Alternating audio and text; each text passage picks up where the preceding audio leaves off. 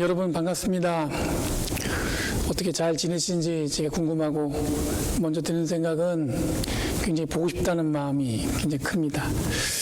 그 2주째 지금 영상 예배 드리는데 여러분 어떻게 지금 경험하고 계신지 잘 모르겠지만 간절히 소망하는 것은 여러분들 이 시기를 잘 견뎌내시고 정말 웃는 얼굴로 같이 얼굴 뵙고 나눴으면 좋겠습니다.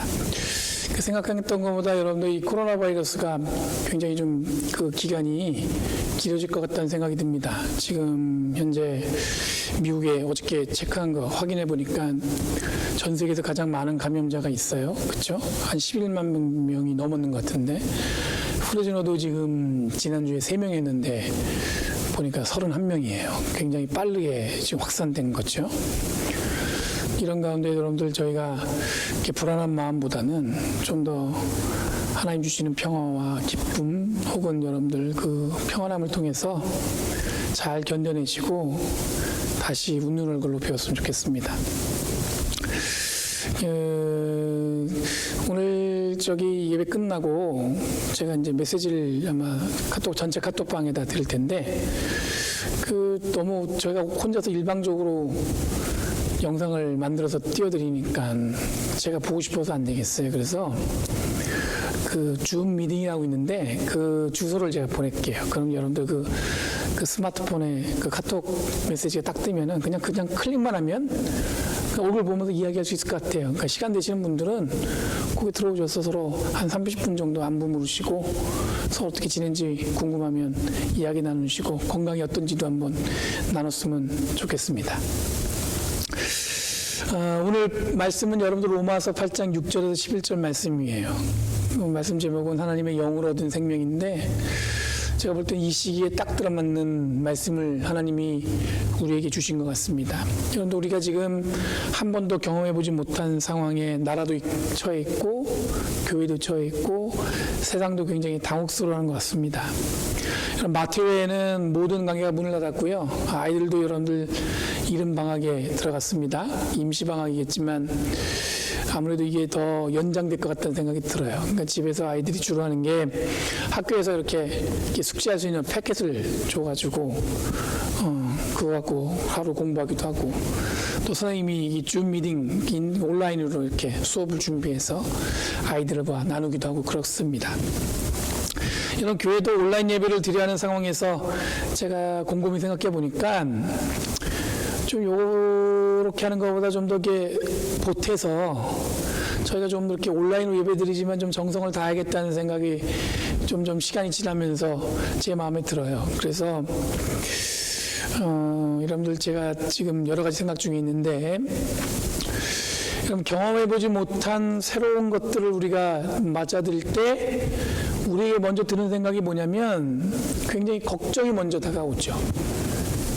해본 적이 없는 것을 할 때는 여러분들 걱정이 먼저 앞섭니다. 다른 말로 표현하면 긴장감이 높아지기도 하고 잘할 수 있을까? 이거 잘 못하면 어떡할까? 이런 걱정이 앞섰죠. 그런 생각들이 우리를 가득 채우는데 여러분들 누구나 겪고 있는 상황이에요. 저희 교회만 겪는 것도 아니고 다른 교회도 다 비슷한 상황이고 한국 교회만 처한 것도 아니고 모든 교회들이 지금 이 상황에 처해 있습니다.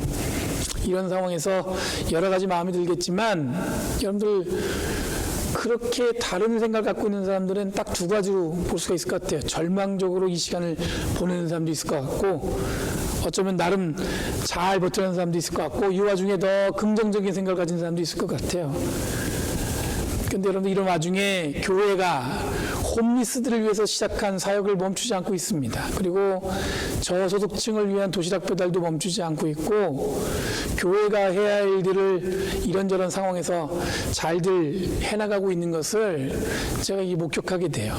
그러니까 같이 동료 목사님들 전화해 보면 바빴대요. 이렇게 바빴냐 물어보니까 도시락 싸느라 바빴고 홈리스 그들을 위해서 준비한 여러 가지 패킷을 준비해 놨는데 그것을 매주 준비해서 나눠주는 도 바쁘고 나름대로 교회가 해야 할 일을 위해서 최선을 다하고 있다는 생각이 들었습니다.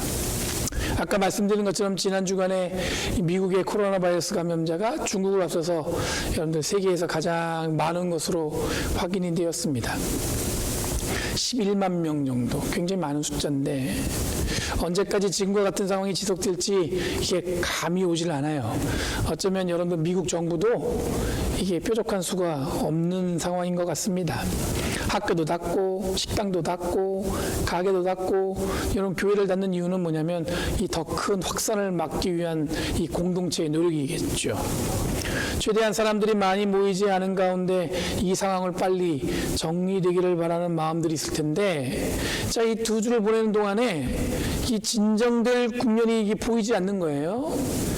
예상한 것보다 좀 더 길어지지 않을까. 그래서 저기 벌써 저쪽에 산타클라라 카운티나 저기 알라메다 카운티 이쪽 북쪽에 있는 그 베어리아 쪽은 지금 학교는 5월 1일까지 지금 방학하는 걸로 정했다는 얘기를 들었습니다. 그 얘기는 뭐냐면 잠정적으로 12주 정도는 더 이런 시간이 필요하지 않을까, 그런 제안을 하는, 지금 보건당국이 그럴지 모른다 이런 얘기를 하고 있어요. 그래서 다음 주부터는 이런 지금 드리는 온라인 예배를 라이브로 한번 드려 보려고 합니다. 실시간으로 스트리밍을 이 방송을 하는 거죠. 지금은 제가 녹화를 미리 해서 예배를 드릴 수 있도록 준비하고 있는데, 여러분들 제가 최소한의 인원으로 반주 집사님도 오시고 또 파워포인트 하는 집사님도 오셔서 주일 12시 반에 온라인으로 얼굴을 보면서 함께 예배 드리려고 합니다. 지금은 제가 일방적으로 녹화를 해서 여러분들에게 보여드리는 건데, 그때는 여러분들이 이렇게 간단하게 채팅이나 뭐 여러 가지 반응을 할 수 있는 그런 시스템을 갖추려고 합니다. 이렇게 예배를 드리니까 여러분들 또 어떤 분들은 헌금을 어떻게 드리냐고 물어보시는 분 계셔요. 그래서 재정부와 의견을 잠깐 나눴는데, 여러분 직접 교회에 오지 못하지만 헌금을 드릴 수 있는 방법을 지금 찾고 있습니다. 제가 설교 끝난 다음에 그 영상을, 그 안내 영상을 자세하게 설명하려고 안내해 드리려고 해요. 그러면 간단히 말씀드리면, 지금 여러분들 지금 간단한 건, 여러분들이 익숙한 거는 여러분들 편지로, 그러니까 이메일이 아니라 메일로 책을 교회로 보내줘도 되고요. 온라인으로 직접 여러분이 갖고 있는 카드나 여러분의 체크로 여러분들 결제할 수 있는 것을 지금 마련해 놨습니다. 그리고 혹은 여러분들 온라인 뱅킹에 익숙한 분은 그 젤레라는 게 있는데, 젤레라는 건 여러분들 수수료도 없고 간단하게 여러분들 하나님께 드릴 수 있는 그런 방법이 있는 것 같아요. 제가 왜 이런 말씀을 드리냐면, 아까도 말씀드린 것처럼 세상이 여러분들 다 지금 모든 게 올스탑이에요. 다 문 닫고 할 수 없지만, 그래도 교회가 마땅히 해야 될 사명과 사역은 지속되어야 될 줄 믿습니다. 상황을 이해하는 눈은 다르겠지만, 여러분 우리들이 그럼에도 불구하고 하나의 마음을 모아서 우리들이 함께 교회를 세운 하나님이 우리에게 주신 사명이 있을 거 아니에요? 그 교회를 통해서 우리들이 해야 될 일들을 여러분들 우리가 잘 이 시기에도 해 나갔으면 좋겠습니다. 그러기 위해서 여러분들 우리가 더 노력하고 더 마음을 열고 함께 헌신했으면 좋겠습니다. 오늘 본문에 여러분들 바울은 로마 교회를 향해 가장 예민하고 민감한 부분을 설명하고 있습니다. 당시 세계는 여러분들 동방과 서방으로 나뉘어져 있었어요. 여러분들 로마 제국이 이게 분열될 때 동로마 제국과 서로마 제국이 분열된 것도 바로 그런 이유였고, 교회도 여러분들 서방 교회와 동방 교회로 나뉘어집니다. 묘하게 당시에 서방과 동방에는 미묘한 차이가 있었어요. 뭐 서방 동방의 기준이 어디냐면, 오늘날로 여러분들 그 터키에 가면은 여러분들 그 이스탄불 그 도시가 있잖아요. 그 도시 안에 가로지르는 여러분들 그 조그만 해협이 있는데 보스포러스 해협이라는 게 있어요. 그 보스포러스 해협을 기준으로 해가지고 왼쪽은 서방이고 오른쪽은 동방이에요. 그리고 당시에 로마가 그리스를 점령하고 여러분들 로마 제국을 세웠습니다. 그런데 여러분들 오히려 로마 제국이 그리스 문화에 점령되었다고 볼 수가 있어요. 그만큼 여러분들 뭐냐면 그 그리스가 지녔던 그 문화는 엄청난 그런 꽃을 피웠다고 볼 수가 있어요. 그래서 오히려 로마에 있는 사람들이 다 그리스의 문명, 그리스의 문화를 쫓아가는 것에 어떻게 보면 그게 오늘날로 말하면 인싸 같은 거죠. 오늘날로 말하면 굉장히 유행하는 거였어요. 그러니 자연스럽게 여러분들 그리스 철학적 사고가 로마 제국에서 가장 유행하는 철학적 사고였고, 이를 배우고 노력하는 것이야말로 로마인들이 누릴 수 있는 어떤 진보한 사상을 이해하는 하나의 방식이었습니다. 그러니까 굉장히 유행하고 누구나 다 그러고 싶어하는 그게 그 문화의 어떤 방향이 누구였냐면 바로 그리스였다는 거예요. 그래서 이들에게 그럼 자연스럽게 영과 육을 구분해서 이해하는 것이 당연한 것이었습니다. 아마 이런 사고 구조는 당시에 세상을 이해하는데 필요한 딱 맞아떨어지는 것처럼 보였을지 모르겠습니다. 여러분들 잘 아신 것처럼 이 그리스 철학은 대표적으로 그냥 플라톤이 얘기하는 어떤 이분법적인 사고가 강하잖아요. 그래서 여러분들 세상을 여러분들 두 왕국이라고 표현했어요. 그래서 하늘에 있는 왕국과 땅에 있는 왕국 뭐 이런 식으로 해가지고 세상을 이해하는 어떤 철학적 사고 구조를 이 플라톤이 그리스 철학에서 꽃을 피웠죠. 그래서 여러분들 보면 세상을 하늘과 땅, 어둠과 밝음, 남자와 여자, 이 모든 이치가 이런 그리스적 사고 구조와 딱 맞아떨어진 것처럼 여러분들 그 로마 사람들에게도 이제 익숙하게 그들의 도구로 아마 그 삶에 뿌리내린 것 같습니다. 이런 가운데 바울이 예수 그리스도의 복음을 전하는데 이 사고 구조의 틀을 통해서 사용해야 되는 상황이 놓인 거예요. 원래는 여러분들 예수 그리스도를 복음을 전하는데 여러분들 이런 게 필요하지 않은데, 바울은 이방인들에게, 특히 여러분들 오늘 본문에는 로마 교회의 복음을 온전히 설명하기 위해서 이 사고 구조의 틀을 잘 활용해서 사용하고 있는 것 같습니다. 오늘 읽은 본문에 보면 육체적인 것과 영적인 것이 나뉘어져 있다고 바울은 설명하고 있습니다. 육체적인 것은 한마디로 바울이 뭐라고 얘기하냐면 하나님과 거리가 먼 행위라고 이해해야 된다고 얘기하고 있어요. 육체적인 것은 뭐예요? 하나님과 거리가 먼 것이다. 근데 반대로 영적인 것은 뭐냐면, 즉 성령이 함께하면, 영적인 것을 바울은 성령으로 표현합니다. 하나님과 가까이에서 생명과 평화를 얻을 수 있는 것이라고 또 설명하고 있어요. 완전히 다른 개념이지요. 당시에 로마 교회 교인들은 성령에 대한 이해가 시급했습니다. 육적인 것은 여러분들 실제로 눈에 들어오는 것이 뻔했기 때문에 쉽게 이해가 다가왔습니다. 육적인 것 어떤 것인지 알겠어요. 근데 영적인 부분을 채워줄 만한 기독교적인 용어가 필요했던 거예요. 영적인 것을 어떻게 이해될까? 그래서 오늘 본문에 바울은 성령에 대해서 이 질문에 대해서 답을 하고 있는 겁니다. 바울은 철저하게 율법과 연관되어 있는 것을 육적이라고 표현하고 있습니다. 그러니까 여러분들 우리가 육체적인 욕망, 우리가 육적인 거 하면 그렇게 떠오르잖아요. 욕망, 그 욕망 덩어리 이런 얘기하면 여러분들 정말 자기의 삶의 성공을 위해서 정말 물불 안 가리고 하는 사람들 얘기하잖아요. 근데 여기 얘기하는 그런 육체적 욕망은 그런 걸 얘기하는 것이 아니라, 여기 하는 육체적 욕망은 뭐냐면 율법을 자기가 스스로 노력해서 성취해냄으로 하나님의 구원에 이룰 수 있다는 생각이에요. 그걸 여러분들 바울은 뭐예요? 육적인 것이라고 표현하고 있어요.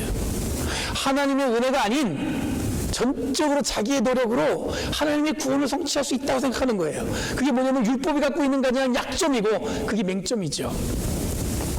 그래서 바울은 철저하게 율법을 통해서 구원에 이르는, 즉 자기 자신이 스스로 노력을 통해서 구원에 이른다는 것을 여러분들 불가능하다고 얘기하고 있는 것입니다. 그것을 강조하기 위해서 바울은 육적인 것이라는 언어적 유의를 통해서 이것을 설명하고 있죠. 바울이 로마 교회에 강조하는 것 중에 육체적이라는 것은 여러분들 내가 노력해서 성취할 수 있는 율법에 얽매여 있는 것을 말하는 것입니다. 그런데 성령이 주시는 평화와 생명을 만약에 육적인 것에 매몰되어 있다면 하나님이 주시는 평화와 생명을 경험할 수 없다는 거예요. 그러니까 율법이 갖고 있는 것은, 이 문제는 뭐냐면 율법을 통해서 내가 열심히 노력해서 구원에 이를 수 있는 것도 불가능하지만 또 한편은 뭐예요? 하나님이 주시는 생명과 평화를 어떻게 해요? 맛볼 수 있도록 해주지 못한다는 거예요. 영적인 것에 대한 실제에 대해 바울은 하나님의 생명과 평화를 경험하는 것이라고 이야기하고 있습니다. 거기에는 성령이 바로 우리들이 이해해야 할 영적인 것의 대표적인 개념이 바로 성령이라는 것입니다. 성령은 무엇입니까? 성령께서 우리와 함께 하신다고들 이야기하는데 성령을 어떻게 이해하고 계세요? 오늘 본문의 평양 본문에 보면 이 구약에 보면 에스겔 37장 1절에서 14절 말씀이 오늘 본문과 평행 본문이에요. 에스겔서 37장은 여러분도 유명한 에스겔의 환상에 대한 내용이 담겨져 있습니다. 그 내용을 간단히 설명하면 여러분들 마른 뼈들이 성전에서 흘러나온 생수를 통해서 다시 살아난다는 환상입니다. 근데 여러분 에스겔이 이런 환상을 볼 때 이스라엘은 여러분들 포로기가 본격적으로 시작되는 시간이었어요. 나라가 완전히 망하고 눈에 보이는 것은 뭐였냐면 나라가 망했고 예루살렘 성전 또한 완전히 파괴되는 역사적 현실을 짊어지고 있었습니다. 그런데 전혀 희망을 찾아볼 수 없는 이 순간에 에스겔이 여러분들 그 삶에 놓여 있는데도 불구하고 오늘 말씀에 보면 여러분들 에스겔서 37장에 보면은 에스겔이 뭘 봤어요? 환상을 봅니다. 여러분 환상이라고 번역했지만 여러분 꿈이라고 이해하면 더 쉽게 와닿을 것 같습니다. 에스겔의 꿈은 여러분들 뭐였냐면 다시 살아난다는 것이었습니다. 마른 뼈가 살아난다는 것은 여러분 더 이상 그것에 생명이 있을 수 없는데 성전에서 흘러나온 생명수 때문에 그 마른 뼈 또한 어떻게 돼요? 다시 살아난다는 얘기예요. 다시 말해서 여러분들 이스라엘이 완전히 멸망했는데 생명수로 덮어져서 다시 한번 살아날 수 있다는 꿈을 에스겔이 보게 되었다는 거예요. 여러분들 이렇게 보면 성령은 우리를 새롭게 살아내는 능력을 가진 하나님의 영이라고 이해할 수 있을 것입니다. 그러니까 성령을 여러분들 이제 어떻게 이해해야 돼요? 우리를 새롭게 살아내는 능력이 뭐예요? 성령이에요. 우리들은 흔히 여러분들 성령 충만에 대해서 이야기합니다. 그 성령 충만에 대해서 어떻게 이해하냐면 우리가 갖고 있는 선입관, 스테레오타입이 뭐냐면 기도를 어떻게 해요? 통성으로 해요. 그냥 통성만 해요? 방언으로 해야 돼요. 그러면 성령 충만한 사람이 할 수 있는 거예요. 여러분 그것도 어떻게 보면 맞을 수 있겠지만 여러분들 성령 충만해서 여러분들 믿음이 막 커지고 그런 것을 보이는 것에 이 어떻게 보면 목표가 있는 게 아니라 실제로 성령 충만이라는 것은 하나님이 주시는 꿈을 꾸고 이 땅을 살아가는 것을 말하는 것입니다. 여러분들 이 땅에 생명을 일으키기 위해서 삶을 살려는 꿈을 갖게 되는 것, 이게 바로 성령 충만한 사람이 갖는 여러분들 마음이에요. 근데 여러분 성령은 충만하다고 얘기하면서 여전히 육적인 것에 관심이 많습니다. 자기가 하는 행위, 어쩌면 여러분도 어떤 자기의 삶에 부딪힌 것에 부정적이거나 공동체에 뭔가 어려움이 왔을 때 그걸 비관적으로 바라보거나 희망을 발견하기보다는 여러분들 뭐에 현실적인 것에 매몰되어져서 안 좋은 것만 보려고 하죠. 그런 사람들을 여러분들 성령 충만하다고 얘기할 수 없고 어떻게 할 수 있어요? 어떻게 얘기할 수 있냐면 성령이 부족한 사람이라고 얘기할 수 있겠죠. 오늘 바울의 입을 빌려서 얘기하면은 뭐예요? 육적인 것에 마음을 빼앗긴 겁니다. 여러분 교회는 성령 충만함을 위해서 노력하는 곳입니다. 그렇죠? 성령을 통해 하나님이 우리에게 생명과 평화를 주십니다. 그러니 지금 우리들이 함께 겪고 이 시기를 불안과 부정과 비관에 있지 않고 생명과 평화에 하나님의 손길에 있으려면 성령이 우리와 지금 함께 하신다는 사실을 잊지 말아야 합니다. 여러분 불안함이 우리를 덮었을 때 불안함이라는 게 여러분들 어느 날 갑자기 오잖아요. 준비되었을 때 오는 건 여러분들 불안함이 아니죠. 갑자기 불안함이 우리를 덮었을 때 성령 충만한 사람과 그렇지 못한 사람의 차이는 이 불안함이 자신의 삶을 완전히 조종하도록 만들어요. 이 불안함이 공동체의 모든 것을 다 조종하도록 만듭니다. 그런데 여러분들 성령 충만한 사람에게는 이 불안함이 자리할 곳이 없게 만듭니다. 오히려 그 순간에 뭐예요? 에스겔이 꾸었던 꿈처럼 환상처럼 꿈을 꿉니다. 남들이 다 힘들다고 할 때 꿈을 꾼다는 거예요. 그리고 이 공동체에 생명과 평화를 불어넣으려고 노력합니다. 이게 뭐 하는 사람이에요? 이렇게 하는 사람이 성령 충만한 사람이에요. 여러분, 그 꿈을 위해 우리들이 하나님이 이 자리에 우리 함께 하셔서 생명과 평화를 이루어갈 것을 기대하며 사는 사람, 이런 사람이야말로 마땅히 성령 충만한 사람이라고 볼 수 있습니다. 여러분, 지금 우리가 비록 직접 예배당에 와서 예배를 드리지 못하지만 성령 충만함을 통해서 이 시간을 잘 견뎌내는 저와 여러분 되기를 간절히 소망합니다. 하나님이 그럼에도 불구하고 우리와 함께 하시고 우리의 기도를 들어주시고 우리의 간절함을 들어준 줄 믿습니다. 그리고 우리에게 부탁하시기를 육신에 따라 살지 말고 하나님의 영, 곧 성령을 따라 살라고 말씀하신 줄 믿습니다. 그러니 우리들의 사역을 멈추지 말아야 합니다. 우리들이 할 일도 멈추지 말아야 합니다. 지금 성령이 함께 하시니까 더 이상 절망과 비관에 머물지 말고 하나님의 생명과 평화 안에 있음을 기억하시는 저와 여러분 되기를 간절히 바랍니다. 여러분, 우리가 이게 누구나 예상하지 못한 시간이잖아요. 그럼 여러분들 이것을 우리가 어떻게 이겨낼지, 이것을 어떻게 보낼지 생각하게 되잖아요.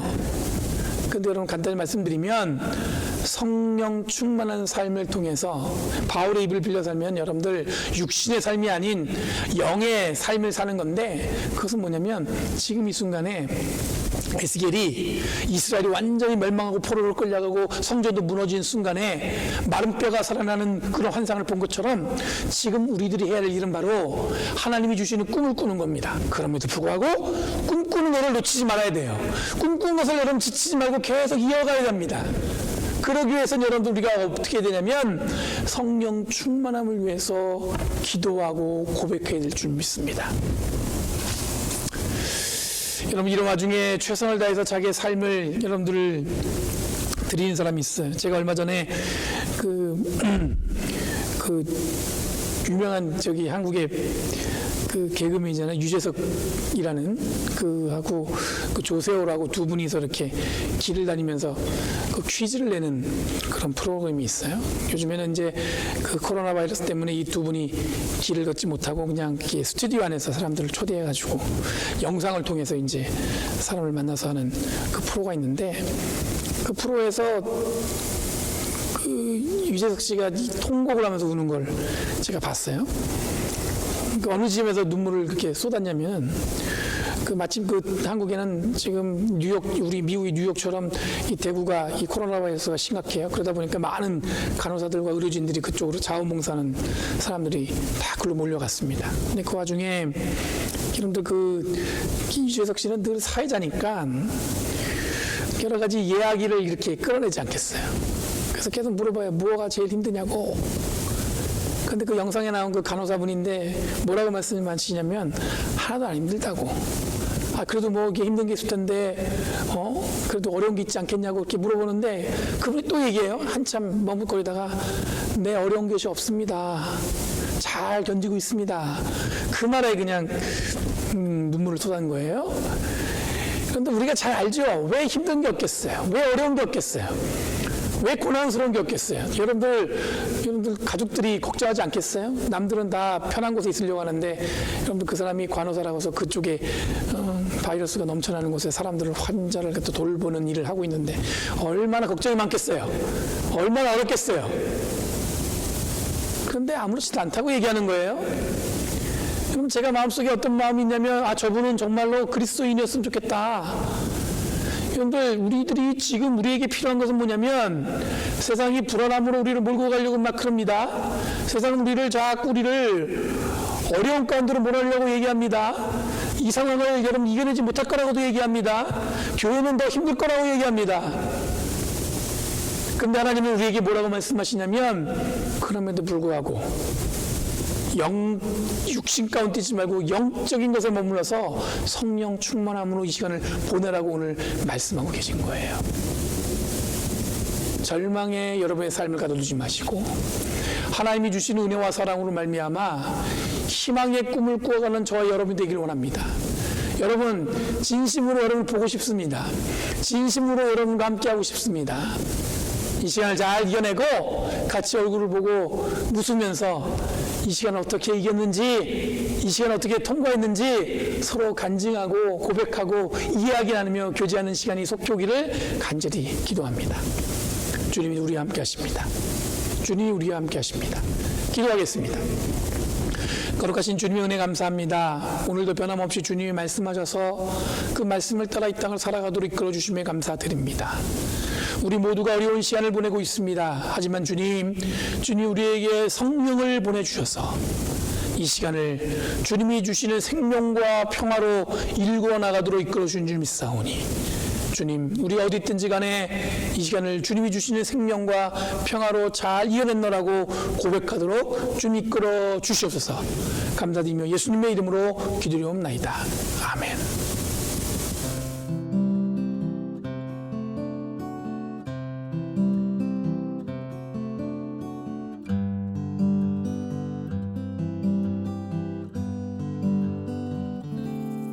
무거운 짐진 사람은 다 내게로 오라. 내가 너희를 쉬게 하리라. 나의 멍에는 매기 쉬우니 너희 영혼이 쉼을 얻으리. 나의 아버지 주를 찬양합니다. 하늘